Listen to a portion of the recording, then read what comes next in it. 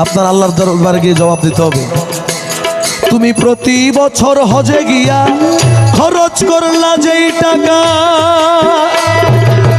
ওই টাকা গরিব রে দিলে গরিব আর থাকে কে বা ভাই, গরিব আর থাকে কে বা ভাই, গরিব আর থাকে কে বা। তুমি বারে বারে হজ করিয়া খরচ করলে যেই টাকা, ওই টাকা গরিব রে দিলে গরিব আর থাকে কে বা ভাই, গরিব আর থাকে কে বা। তোমার ধন থাকে পরে গরিব না খাইয়া মরে, তোমার ধন থাকে পরে গরিব না খাইয়া মরে, তোমার ধন থাকে পরে গরিব না খাইয়া মরে।